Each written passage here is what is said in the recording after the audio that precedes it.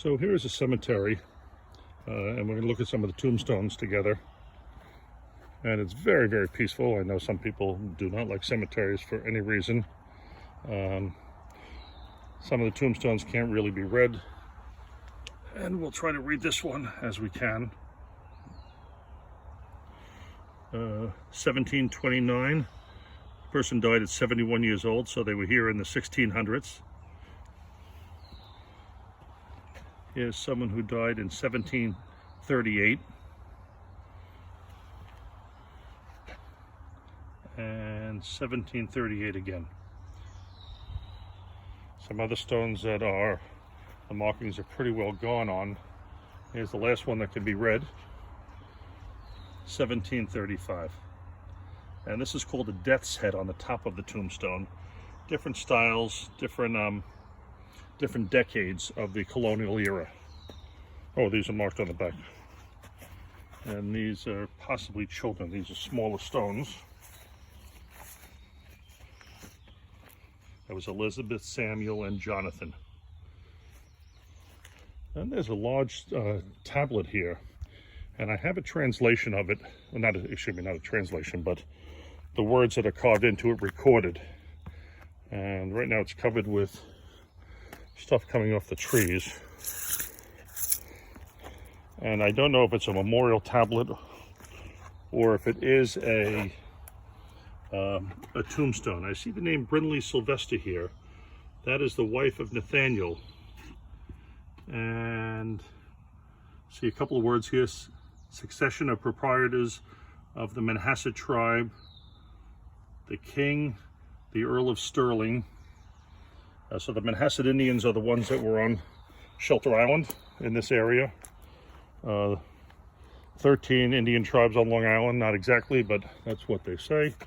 And I'll read some of the stuff that I have on this. There's the woman I met with, her children recorded it for the last direct descendant of the manor house, which I'll try to get to later.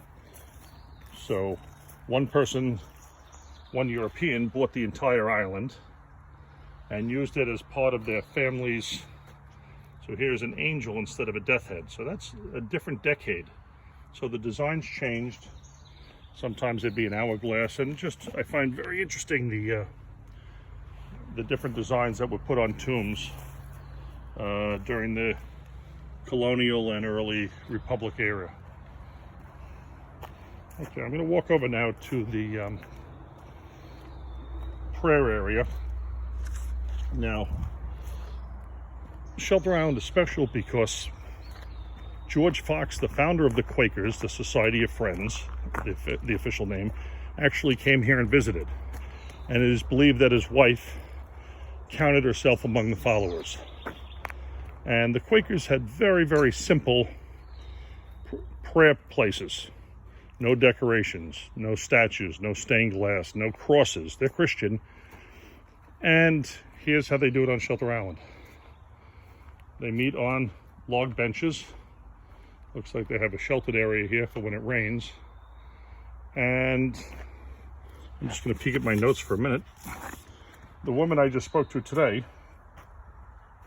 said that people come, they settle, they sit in, maybe sit for an hour in silence, and then she talked about all the noises of nature. And if someone is moved to speak, and she said moved by the Spirit, they'll say something. They don't come with prepared words. There's no minister.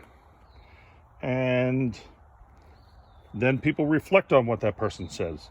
And maybe if they feel moved to respond, they do.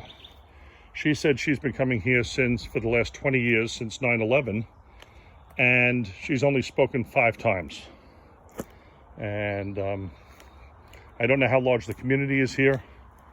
I've never come to see a Sunday meeting. I'm interested in just observing it.